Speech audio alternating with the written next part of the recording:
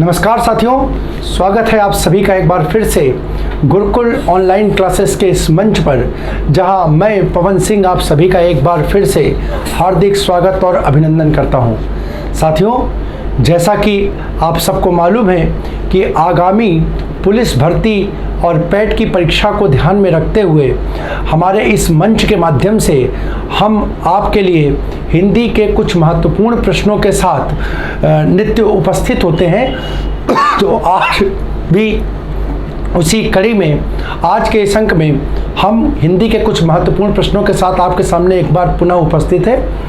तो आइए साथियों, आज के हम अपने संवाद के इस कार्यक्रम को स्थापित करें उससे पहले वो निवेदन जो हम अपनी क्लास के प्रारंभ में करते हैं, लेखपाल डीवीआर स्किप अभियान को ध्यान में रखते हुए हमारा एक बार पुनः हमारे उन सभी चयनित छात्रों से, छोटे भाइयों से, मित्रों से या इष्टजनों से अनुरोध है कि अगर वो किसी न किसी सरकारी सेवा में रहते हुए अपनी सेवाओं को दे रहे हैं तो वो लेखपाल के इस डीवीआर कार्यक्रम को छोड़ करके हम लोगों की जो एक मुहिम विभिन्न संस्थानों के द्वारा चलाई जा रही है, डीवीआर स्किप अभियान, जिसके तहत आपके एक छोटे से प्रयास से कोई ना कोई एक रोजगार को प्राप्त करके समाज की मुख्य धारा में जुड़ करके अपने नैतिक दायित्वों का निर्वहन करते हुए समाज की उन्नति में अपना योगदान प्रदान कर सकेगा।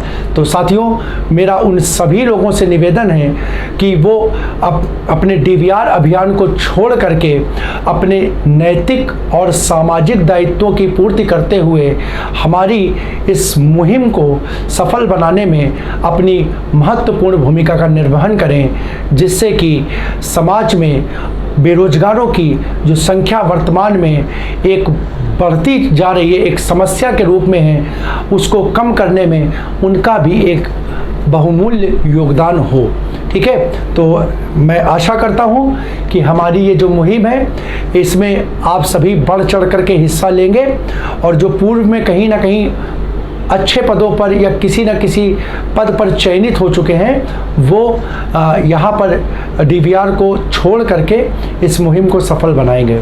तो साथियों, जैसा कि आपको मालूम है कि आगामी पुलिस भर्ती परीक्षा का जो बहुत ही जल्दी कभी भी किसी भी समय आने की संभावना है, तो उसको ध्यान में रखते हुए साथियों हमारे ऑफलाइन क्लासेस, ठीक है, कानपुर में हमारी क्लासेस संचालित होती हैं काकादेव में, और काकादेव में आपको आकर के मतलब गुरुकुल जो है आप एकदम समझ लीजिए कि एकदम ब्रांड है, आप किसी से भी पूछेंगे तो आपको गुरुकुल तक पहुंचा देगा। तो ऐसे छात्र जो ऑनलाइन माध्यम से हमारे साथ जुड़ करके तैयारी करना चाहते हैं, उन सब को मैं आह्वान करता हूं कि वो यहाँ कानपुर में आकर के, या जो कानपुर या उसके आसपास के छात्र हैं जो अभी तक एक अच्छे मंच की तलाश में थे, ठीक है, उनको मैं ये खुशखबरी देना चाहता हूँ कि हमारे संस्थान की ओर से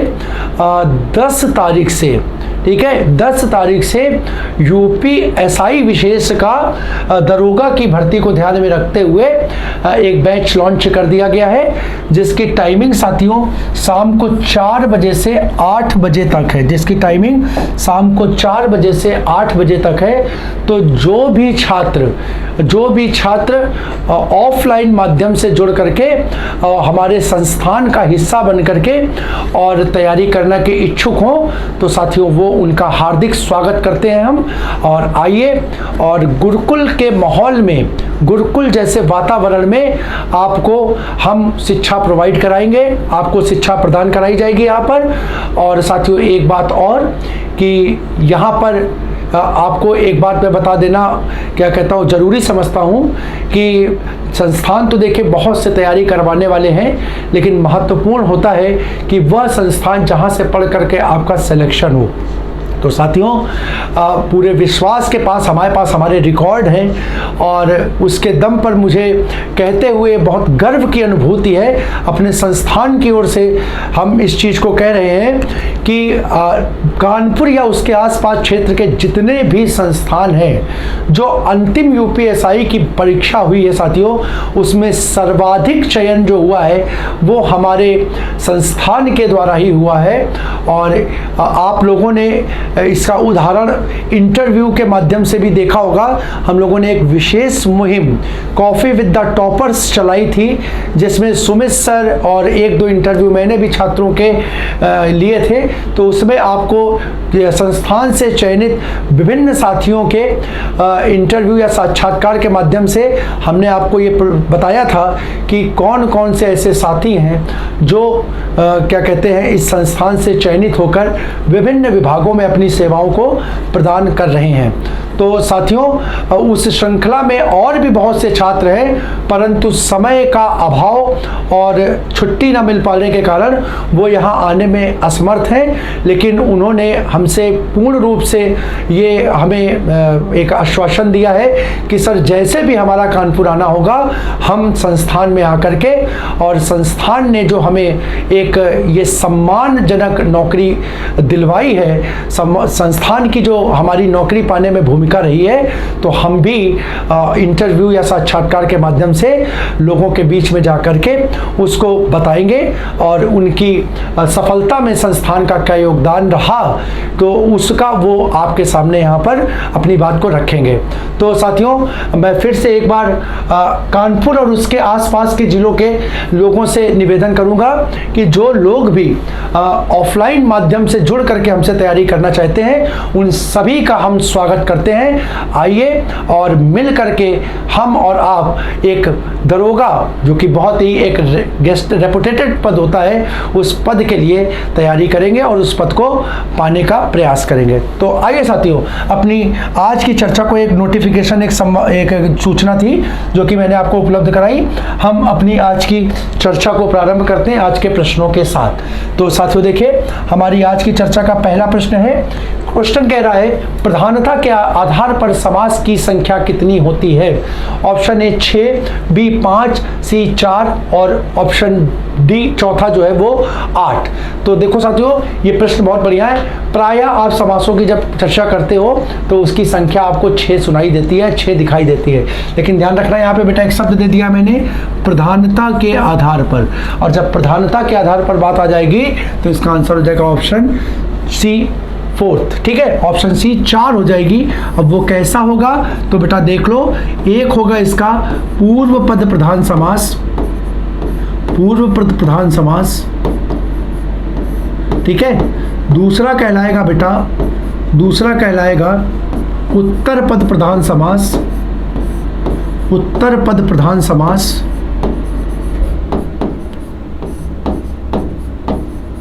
तीसरा कहलाएगा बेटा दोनों पद प्रधान समास, दोनों पद प्रधान समास। और चौथा कहलाएगा बेटा अन्य पद प्रधान समास। ये ध्यान रखना बेटा, ये 4 प्रधानता के आधार पर, अन्य पद प्रधान समास, प्रधानता के आधार पर ये 4 समास होते हैं। तो प्रधानता के आधार पर कभी पूछा जाए तो समास की संख्या आप 4 लगा दोगे। यहाँ पर देख लो बेटा, अगर पूर्व पद प्रधान की बात करें तो बेटा ये बनेगा अव्ययी भाव समास, अव्ययी भाव समास। अगर उत्तर पद प्रधान की बात करें तो बेटा ये बनेगा तत्पुरुष समास, तत्पुरुष समास। अगर दोनों पद प्रधान की बात करें तो बेटा बनेगा द्वंद्व समास। और अगर बात करें अन्य पद प्रधान की तो बेटा ये बनेगा बहुब्रीहि समास। याद रखिएगा, तो प्रधानता के आधार पर ये 4 समास होते हैं, प्रधानता के आधार पर ये 4 समास होते हैं। और बेटा प्रधानता के आधार पर अगर बात करें तो तत्पुरुष के 2 भेद मान लिए जाते हैं। एक होता है बेटा द्विगु और दूसरा कहलाता है कर्मधारय। दूसरा क्या कहलाता है, प्रधानता के आधार पर ये दोनों किसके, तत्पुरुष समास के भेद हो जाते हैं, तत्पुरुष समास के भेद हो जाते हैं। तो इसका आंसर हो गया ऑप्शन सी। अगला क्वेश्चन देखिए, अगला क्वेश्चन कह रहा 19 में कौन सा समास है। ऑप्शन ए द्विगु, बी बहुब्री, सी द्वंद्व और डी कर्मधारय। तो बहुत बढ़िया प्रश्न है साथियों, ध्यान रखिएगा। इस प्रश्न का आंसर जो होगा वो होगा ऑप्शन सी द्वंद्व। अब देखिए आप लोगों ने कई बार पढ़ा होगा कि अगर किसी पद पे संख्या दिखाई दे जाए, किसी पद पर संख्या दिखाई दे जाए तो वहां पर दो समास होते हैं प्रायः, कौन सा, या तो द्विगु या फिर कौन सा, बहुब्री, द्विगु या फिर बहुब्री। लेकिन यहाँ पर देखो बेटा क्या है, यहाँ पर क्या है, यहाँ पर ना द्विगु है ना बहुब्री है, बल्कि यहाँ पर द्वंद्व समास है। तो कैसे, तो देखो बेटा 19 पद को जब आप लिखते हो ना, 19 का मतलब क्या होता है, 19 का मतलब होता है 10 और 9। इसको हम लिख सकते हैं इस प्रकार से, लिखते हैं 9 और 10, 9 और 10। इसको अगर लिखें तो ये क्या बना, 19 बना। और देखो बेटा यहाँ पर बीच में कौन सा पद आ गया, और हाँ हमने तुमको बताया था कि और या अथवा, और या अथवा, अगर पद के मध्य में इनका प्रयोग हो, अगर दो पदों के मध्य में इन पदों का प्रयोग हो तो वहां बेटा कौन सा समास होता है बेटा, वहां द्वंद्व समास हो जाता है। कौन सा हो जाता है, द्वंद्व समास हो जाता है। तो ये भी बहुत इंपॉर्टेंट क्वेश्चन है, ध्यान रखिएगा। यहाँ पर एक चाहो तो नोट डाल सकते हो बेटा, यहाँ पे एक नोट क्या डाल सकते हो, नोट आप ये डाल सकते हो कि 1 से लेकर के 10 तक की संख्या, 1 से लेकर के 10 तक की संख्या, या फिर 10 का गुणांक कोई हो, 10 का गुणांक कोई हो, 10 का कोई गुणांक हो, तो बेटा यहाँ पे ध्यान रखना, यहाँ पर ये किसका, ये द्विगु या बहुब्री का होगा, द्विगु या बहुब्री का होगा, द्विगु या बहुब्री समास का होगा। लेकिन 11 से लेकर के और 99 तक की जो संख्याएं होंगी, 11 से जो 99 तक की जो संख्याएं होंगी, ये सारी की सारी किसको निरूपित करेंगी, द्वंद्व समास को निरूपित करेंगे। किसको निरूपित करेंगी, द्वंद्व समास को निरूपित करेंगी। तो इसका आंसर हो गया ऑप्शन सी। अगला क्वेश्चन देखिए, अगला क्वेश्चन कह रहा है इंद्रिय का विशेषण पद होगा, इंद्रिय का विशेषण पद होगा। ऑप्शन ए इंद्रिय, बी इंद्रिक, सी इंद्रिय और डी इंद्रिय। तो बहुत इंपॉर्टेंट क्वेश्चन है बेटा, ध्यान रखना। इंद्रिय का विशेषण पद जो होगा वो होगा ऑप्शन डी इंद्रिय। क्या बनेगा, इंद्रिय बनेगा, ठीक है, ये विशेषण पद हो जाएगा। अगला क्वेश्चन देखो, अगला क्वेश्चन कह रहा है सकर्मक क्रिया के कितने भेद होते हैं। तो बेटा आंसर दे, ऑप्शन देखो, ऑप्शन ए 2, बी 3, सी 4 और डी 5। तो बेटा इसका आंसर होगा ऑप्शन ए 2। कैसे होगा, तो बेटा यहाँ पे देखो, जब हम बात करते हैं क्रिया का वर्गीकरण, तो यहाँ पे देखो कर्म के आधार पर, कर्म के आधार पर जो क्रिया होती है, कर्म के आधार पर जो क्रिया होती है बेटा वो 2 भागों में बांटी जाती है। कितने भागों में बांटी जाती है, 2 भागों में। एक होती है अकर्मक, एक होती है अकर्मक और दूसरी होती है सकर्मक। दूसरी क्या होती है, सकर्मक। और तुमसे क्या पूछ रहा है बेटा, तुमसे पूछ रहा है सकर्मक क्रिया के कितने भेद होते हैं, कर्म के आधार पर नहीं, सकर्मक क्रिया के कितने। तो बेटा देखो, ध्यान रखो, सकर्मक क्रिया के भी 2 भेद मिलते हैं। एक होता है बेटा एक कर्मक, एक होता है बेटा एक कर्मक, और दूसरा कहलाता है बेटा द्विकर्मक। क्या कहलाता है, द्विकर्मक। बात स्पष्ट है, जब किसी क्रिया का प्रयोग एक कर्म पद के साथ हो, किसी क्रिया के साथ एक कर्म पद प्रयोग हो तो वो कहलाएगी एक कर्मक, और जब उसके साथ 2 कर्म होंगे तो वो कहलाएगी द्विकर्मक। और ध्यान रखना बेटा, यहाँ द्विकर्मक क्रिया के भी 2 भेद होते हैं। अगर 2 कर्म प्रयोग हो रहे हैं, किसी क्रिया पद के साथ 2 कर्म प्रयोग हो रहे हैं, तो बेटा एक कहलाता है गौण कर्म, एक कहलाता है गौण कर्म और दूसरा कहलाता है मुख्य कर्म। दूसरा क्या कहलाता है, मुख्य कर्म। एक होता है गौण कर्म और दूसरा कहलाता है मुख्य कर्म। तो बेटा यहाँ से देखो, आपका क्वेश्चन यहाँ से बनना है, सकर्मक क्रिया के कितने भेद है। तो बेटा हमने देखा कितने भेद है, 2 भेद है, एक एक कर्मक दूसरा द्विकर्मक। तो आंसर आपका हो गया ऑप्शन फर्स्ट, ठीक है। अगला देखो, अगला क्वेश्चन क्या कह रहा है, अगला क्वेश्चन कह रहा है निम्न में से भाववाचक संज्ञा का पद है, आपको भाववाचक संज्ञा पहचाननी है। भाववाचक संज्ञा क्या हो सकती है, तो ऑप्शन ए देखो परस्पर, बी लजीला, सी लाडला और डी लाज। तो देखो बेटा भाववाचक संज्ञा का मैं बता चुका हूँ। भाववाचक संज्ञा का मतलब क्या, कि भाववाचक संज्ञा का मतलब किसी पद, और पद की बात करें तो सामान्यतः यहाँ विकारी, विकारी ज्यादातर अभी अभिकारी भी सकता है, अभिकारी पदों से भी बनता है, लेकिन ज्यादातर पद विकारी होंगे। और विकारी पदों में अगर क्या जोड़ दें, प्रत्यय जोड़ दें, क्या जोड़ दें, प्रत्यय जोड़ दें, तो बेटा वो क्या बन जाती है, वो बन जाती है भाववाचक संज्ञा। ठीक है, क्या बन जाती है, भाववाचक संज्ञा। तो यहाँ पर अगर हम चर्चा करें तो देखो भाववाचक संज्ञा का पद कौन सा है, तो यहाँ पर देखो ऑप्शन ए परस्पर, बी लजीला, सी लाडला और डी लाज। तो यहाँ पर देखो बेटा इसका आंसर जो होगा, और इसका आंसर जो होगा वो बनेगा ऑप्शन डी लाज। ठीक है, लाज। अब देखो कैसे, अब ये एक इंपॉर्टेंट प्रश्न है। सामान्य रूप से तो हम चर्चा करते हैं विकारी में प्रत्यय, और विकारी की बात करेंगे तो विकारी में बेटा क्या आता है, तो संज्ञा, सर्वनाम, क्रिया और विशेषण, ये चार पद मुख्य रूप से आते हैं।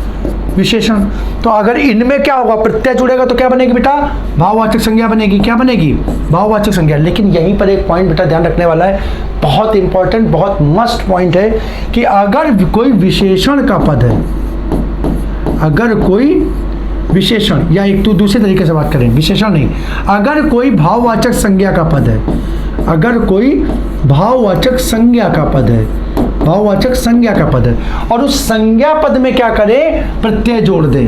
बेटा देखो भाववाचक संज्ञाएं बनती है प्रत्यय को जोड़ने से, क्या बताया, भाववाचक संज्ञाओं का निर्माण होता है प्रत्यय को जोड़ने से। लेकिन अगर कोई भाववाचक संज्ञा के पद में ही प्रत्यय जुड़ जाए, भाववाचक संज्ञा के पद में प्रत्यय जुड़ जाए, तो बेटा वो क्या बन जाता है, फिर बेटा वो बन जाता है विशेषण। भाववाचक संज्ञा पर प्रत्यय जोड़ करके किसका निर्माण हो जाता है, विशेषण का। तो यहां पर देखो बेटा लाज का जो पद है, अब भाववाचक संज्ञाओं की पहचान मैंने आपको बहुत स्पष्ट रूप से स्पष्ट है। भाववाचक संज्ञा क्या कहती है कि ऐसा पद जो प्रायः अदृश्य हो, जो प्रायः अदृश्य हो। तो लाज जो है बताओ वो अदृश्य पद होता है, दिखाई तो देता नहीं है। अब ये अदृश्य पद हो गया, तो यहाँ पर ये हो गया भाववाचक संज्ञा। क्या हो गया, भाववाचक संज्ञा। अब यहाँ लाज में क्या, लाज में ईला प्रत्यय जोड़ दिया, ईला प्रत्यय जोड़ दिया, तो शब्द क्या बन गया, ये बन गया लजीला। क्या बन गया, लजीला। अब इसको प्रत्यय, अगर ये भाववाचक संज्ञा का पद है और इसमें प्रत्यय जुड़ जाए तो ये बेटा क्या बन जाएगा, ये लजीला जो होगा क्या बन जाएगा, विशेषण बन जाएगा। क्या बन जाएगा, विशेषण। तो यहाँ ध्यान रखना बेटा ये लजीला का जो पद होगा ये विशेषण का पद हो जाएगा। किसका हो जाएगा, विशेषण का पद हो जाएगा। लजीला किसका पद हो जाएगा, विशेषण का। ठीक है, पक्का। अगला क्वेश्चन देखो, गागर में सागर भरने वाले कवि की उपमा दी गई है। Option A Keshav, B Tulsi, C Bihari, D Bhushan. मैं क्वेश्चन को करा चुका हूं, बहुत चर्चित, कई बार परीक्षाओं में पूछा गया क्वेश्चन है बेटा। गागर में सागर कम शब्दों में अधिक कहने वाले कवि की उपमा दी गई है। ऑप्शन सी बिहारी को। आंसर इसका हो जाएगा ऑप्शन थर्ड। अगला क्वेश्चन देखो, निम्न में से एक विशेषण नहीं है। कौन सा विशेषण नहीं है, तो ऑप्शन ए श्रव्य, बी सर्व, सी गर्भ और डी भव्य। तो जरा ध्यान से देखो, ठीक है। अब यहाँ पे अगर देखो तो विशेषण को पहचानने की सबसे बढ़िया तरीका क्या है, देखो यहाँ पे हम इसको पद के साथ प्रयोग करते हैं। देखो हम यहाँ बोल सकते हैं, श्रव्य के साथ लिख दिया तरंग, श्रव्य तरंग। सर्व के साथ लिख दिया सर्वधर्म, सर्वधर्म। भव्य के साथ लिख दिया इमारत, भव्य के साथ लिख दिया इमारत। गर्भ के साथ क्या कोई पद आ सकता है, बोलो। गर्भ, गर्भ क्या, जैसे मैं कहता हूं मुझे गर्व है, मुझे गर्व है। अब बताओ क्या इसके साथ कोई पद जुड़ सकता है, पद नहीं जुड़ सकता। यानी ये पद जो है ये क्या हो गया, ये पद जो है ये विशेषण नहीं हो गया, बल्कि क्या हो गया, ये भाववाचक संज्ञा का पद हो गया। क्या हो गया, ठीक है, भाववाचक संज्ञा का पद हो गया। ठीक है, पक्का। तो इसका आंसर तो ये हो गया ऑप्शन सी। अब जरा देखो यहाँ पर जैसे इस पद को देखें तो हम बोले तरंग कैसी, तरंग श्रव्य, यानी ये तरंग की क्या हो गई, विशेषता हो गई। तो जब विशेषता बताने वाला पद होता है वो क्या हो जाता है, विशेषण हो जाता है। इसी प्रकार देखो हम बोले धर्म कैसे, तो हम बोले सभी धर्म। कैसे धर्म, सभी धर्म। तो ये सर्व क्या हो गया, ये विशेषण हो गया। हमने बोला इमारत कैसी, तो बोला इमारत भव्य। इमारत कैसी, इमारत भव्य। तो भव्य क्या हो गया, विशेषण हो गया। तो ये तीनों विशेषण हो गए, बाकी का जो बचा वो क्या हो गया, भाववाचक संज्ञा हो गई। अगला क्वेश्चन देखो, वाण्योचित पद में संधि है, वाण्योचित पद में संधि है। ऑप्शन ए व्यण संधि, बी गुण संधि, सी अयादि संधि और डी व्यंजन संधि। तो देखो बेटा इस पद को अगर आप तोड़ोगे तो ये पद टूटेगा वाणी धन औचित्य, वाणी धन औचित्य। और अगर आप देख लो तो बेटा पहले पद के आखिरी में क्या मिला, पहले पद के आखिरी में मिला ई और दूसरे पद का प्रारंभ किससे हुआ? औ मतलब असमान स्वर, औ का मतलब असमान स्वर, और ई के साथ अगर असमान स्वर आ जाता है तो बेटा संधि आप सभी को मालूम है, संधि कौन सी हो जाती है? यण संधि हो जाती है। क्या हो जाती है?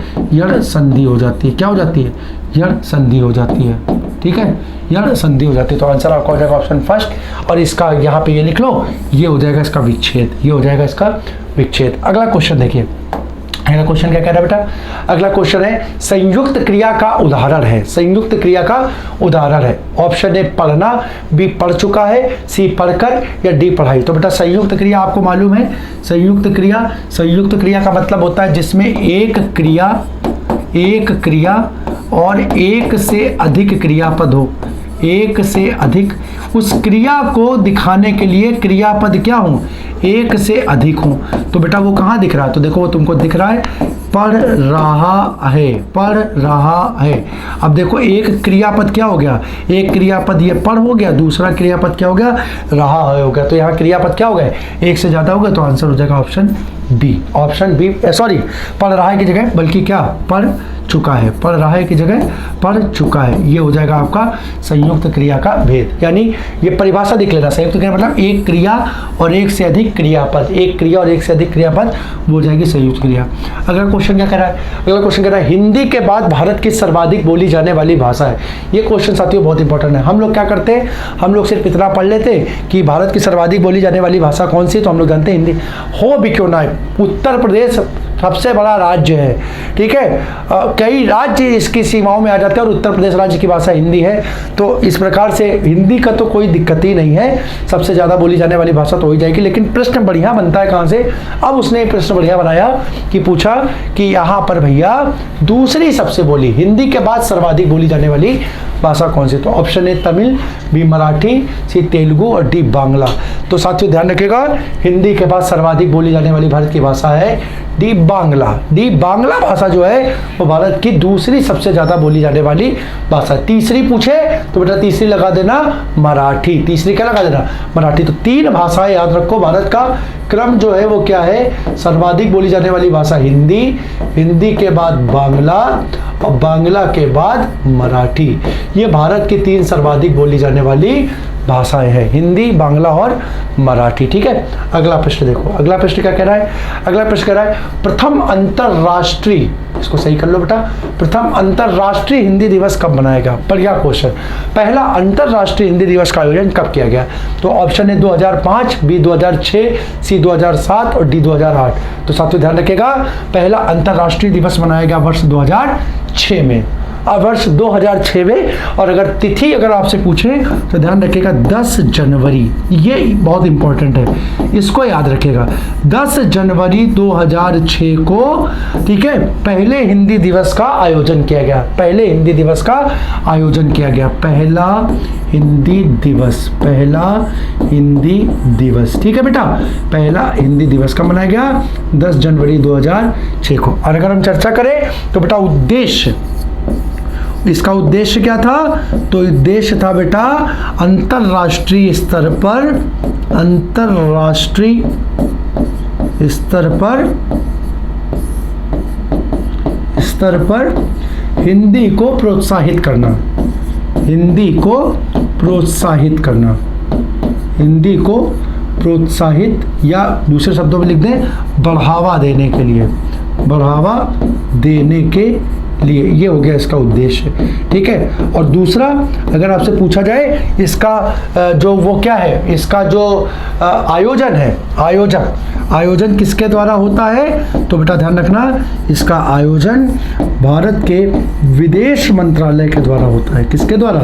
विदेश मंत्रालय के द्वारा इसका आयोजन किया जाता है। विदेश मंत्रालय अपने विभिन्न जो क्या बोल सकते हैं, जो विभिन्न क्या कहते हैं, दूसरे देशों में जो हमारे क्या होते हैं, जो एक तरीके से बोल सकते हैं राजनयिक होते हैं, ठीक है, वहाँ पर जो राजदूत होते हैं, वहाँ पर भारतीय जो राजदूतावास होता है, ठीक है, जहाँ पे एम्बेसडर निवास करते हैं, वहाँ पर क्या हिंदी को हिंदी दिवस के, अंतर्राष्ट्रीय हिंदी दिवस के रूप में मनाया जाता है विदेश मंत्रालय के द्वारा, विदेश मंत्रालय मंत्रालय के द्वारा। ठीक है, तो ये इस प्रश्न से संबंधित कुछ तथ्य हो जाएंगे। अगले प्रश्न को देखो। अगला प्रश्न का कह रहा है ऊर्ण का तत्सम पद क्या होगा। ऑप्शन ए ऊर्ण, बी ऊर्ण, सी ऊर्ण और डी ऊर्ण। तो बेटा याद रखो ऊर्ण का तत्सम पद जो होगा वो ऑप्शन बी ऊर्ण हो जाएगा। इसका सही आंसर हो जाएगा ऑप्शन सेकंड। अगले क्वेश्चन को देखो। अगला क्वेश्चन क्या है, अनुभाव की संख्या कितनी होती है। साथियों बहुत बढ़िया क्वेश्चन है, रस से संबंधित क्वेश्चन है कि अनुभाव की संख्या आपको बतानी है।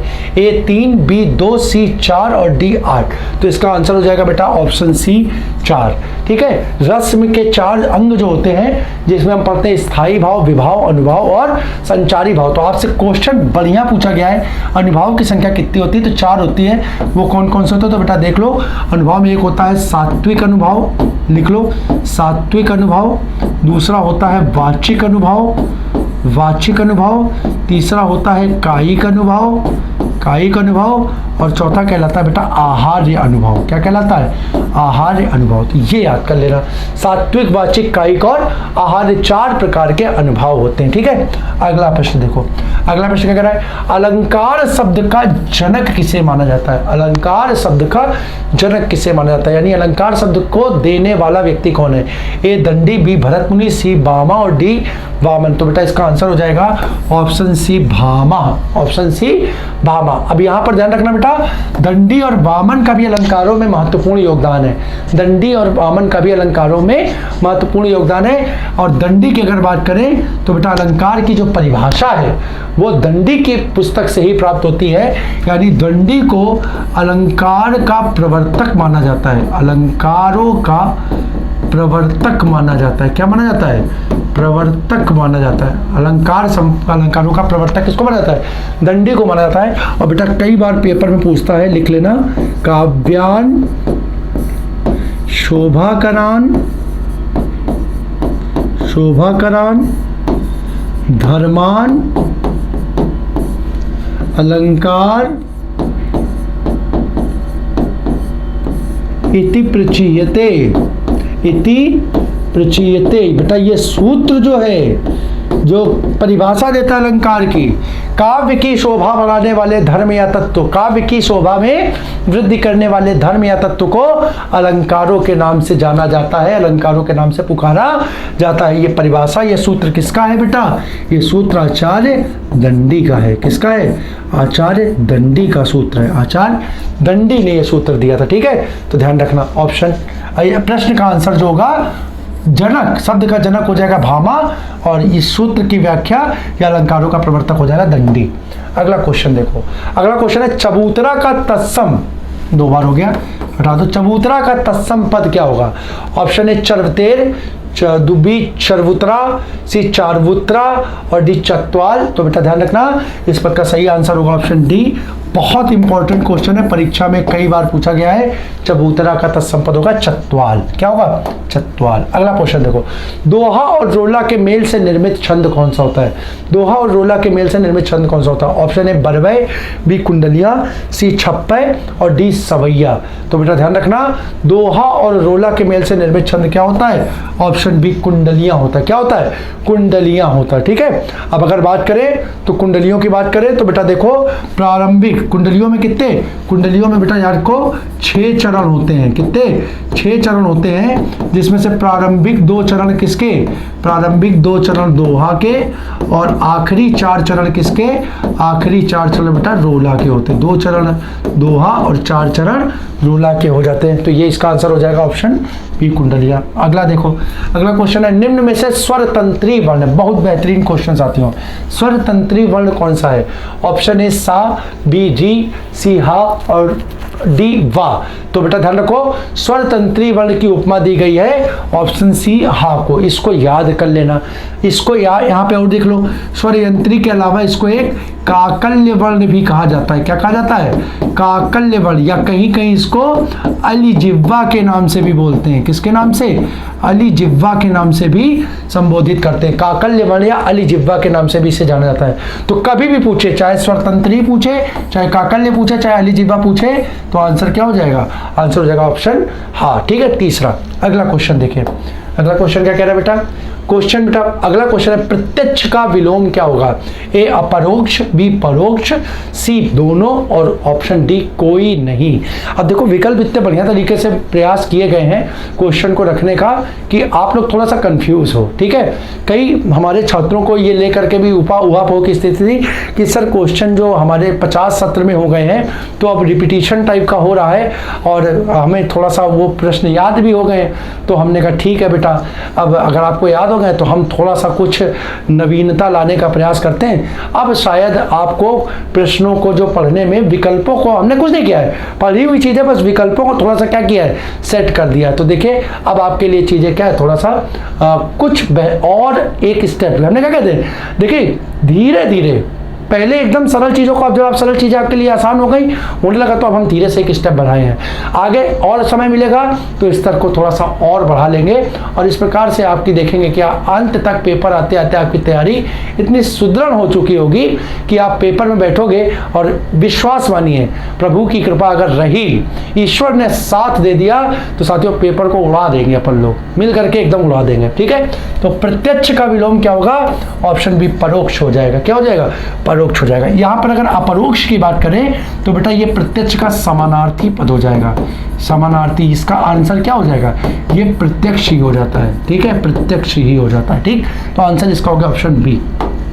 अगला देखो, संक्षेप का विलोम क्या होगा? ए विक्षेप, बी आक्षेप, सी विकीर्ण और डी संकीर्ण। तो बेटा संक्षेप का विलोम होगा विक्षेप।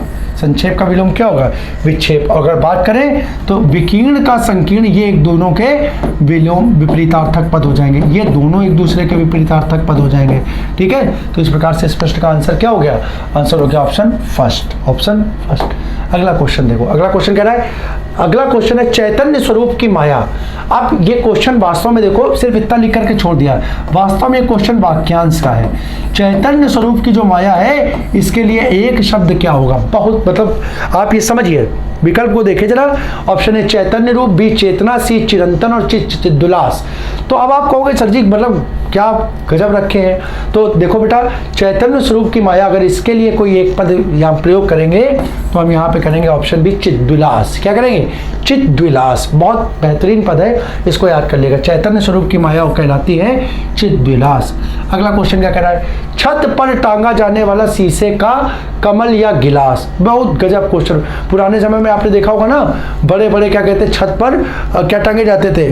कांच के जो टांगे जाते थे ना, जिस पे लाइट जलती थी है और जिस पे मोमबत्तियां लगा करके रोशनी की जाती थी रोशनी के लिए, तो उनको क्या बोलेंगे?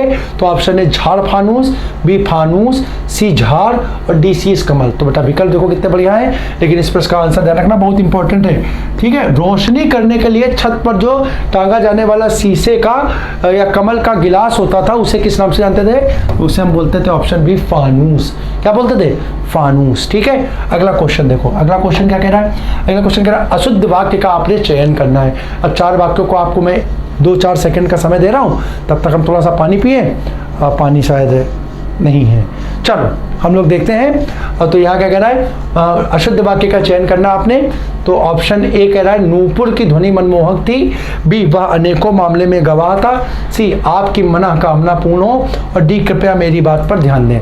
अब यहाँ पर देखो आपके लिए बढ़िया क्वेश्चन है, तो बेटा एक शब्द को बस देखना है और वहीं से आपका आंसर निकलेगा। आंसर है आपका ऑप्शन बी और ये पद क्या है? अनेकों। बेटा ध्यान रखो, अनेक स्वयं में बहुवचन का पद है, अनेक स्वयं में बहुवचन का पद है, बहुवचन का पद है, जिसका एक वचन क्या होता है? एक होता है। एक इसका क्या होता है? एक वचन का पद होता है। एक का बहुवचन कोई पूछे तो क्या होगा? अनेक। अब जो स्वयं में बहुवचन है, तो बेटा जो स्वयं में बहुवचन है तो बहुवचन का क्या बहुवचन बनेगा?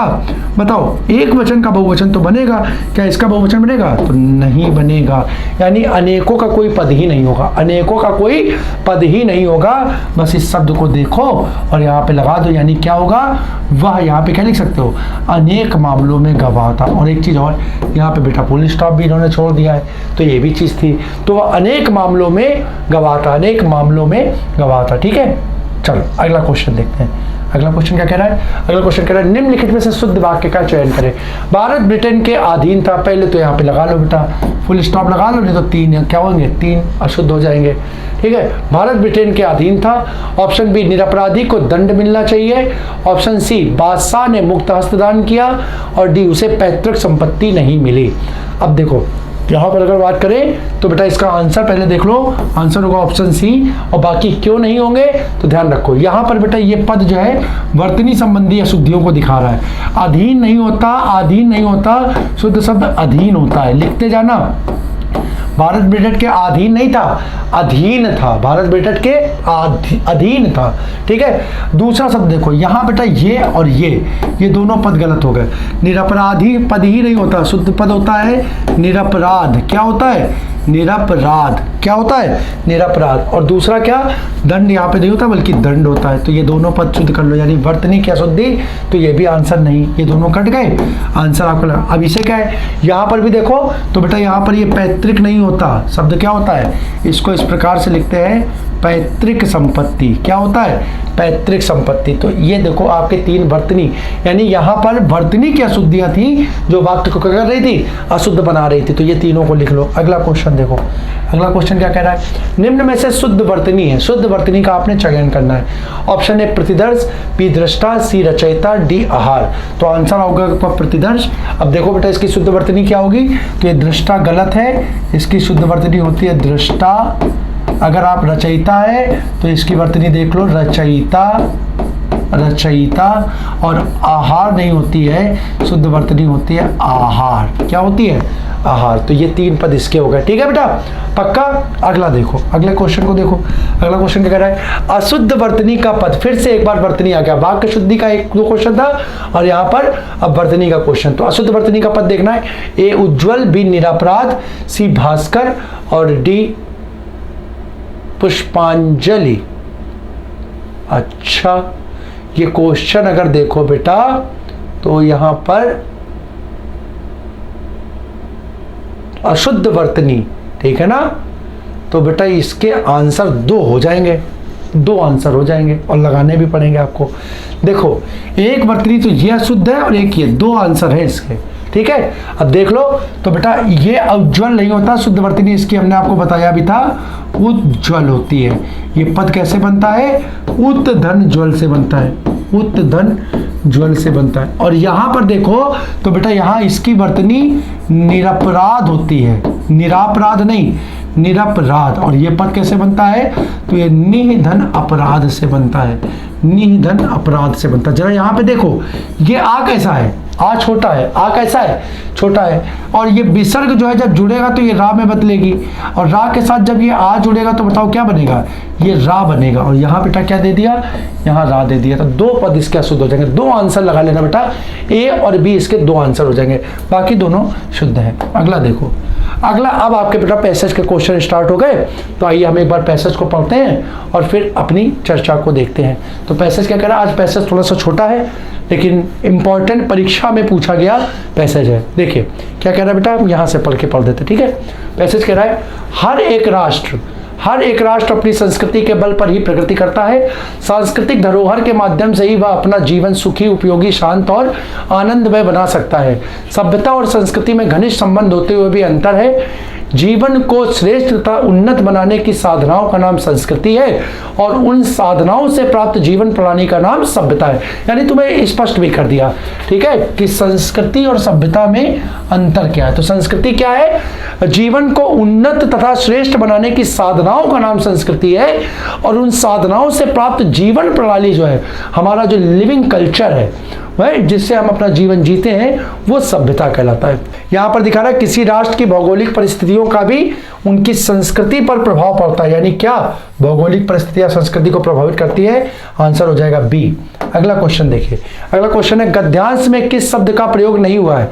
ए परिस्थिति, बी संस्कृति, डी प्रकृति और डी सभ्यता। तो बेटा देखो संस्कृति और सभ्यता को तो हटा ही दो, ये हो गई संस्कृति और एक जगह ये आ गया क्या, ये आ गया सभ्यता, दो पद हट गए। अब परिस्थिति तो देखो यहाँ पर भी आ गया, भौगोलिक परिस्थितियों का भी उनकी संस्कृति पर प्रभाव पड़ता है। तो बचा क्या, आंसर बचा सी। आंसर हो जाएगा प्रकृति का प्रयोग, यहाँ कहीं नहीं दिया हुआ है, देख लेना प्रकृति का प्रयोग वाक्य में। या देखो ये प्रगति दिया, थोड़ा कंफ्यूज ना होना, प्रगति है और यहाँ प्रकृति पूछ रहा है, ठीक है। और अगले क्वेश्चन की चर्चा करें तो अगला क्वेश्चन है हमारा, सभ्यता और संस्कृति में ऑप्शन ए घनिष्ठ संबंध होते हुए भी अंतर है, बी केवल घनिष्ठ संबंध है, सी केवल अंतर है और डी कोई संबंध नहीं है। तो बेटा यहाँ देखो सीधे संस्कृति, सभ्यता और संस्कृति में घनिष्ठ संबंध होते हुए भी अंतर है, यानी आंसर हो जाएगा ऑप्शन फर्स्ट, ठीक है। तो इस प्रकार से साथियों आज की चर्चा के जो हमारे प्रश्न थे, आशा करता हूं कि कई नवीन प्रश्न जो हैं परीक्षा के दृष्टिकोण से आपके लिए महत्वपूर्ण साबित होंगे और इन प्रश्नों का अभ्यास करके आप परीक्षा में इन प्रश्नों को सही करके और परीक्षा में सफलता की ओर एक कदम बढ़ा पाएंगे, ऐसी हमारी आशा आप सभी से है।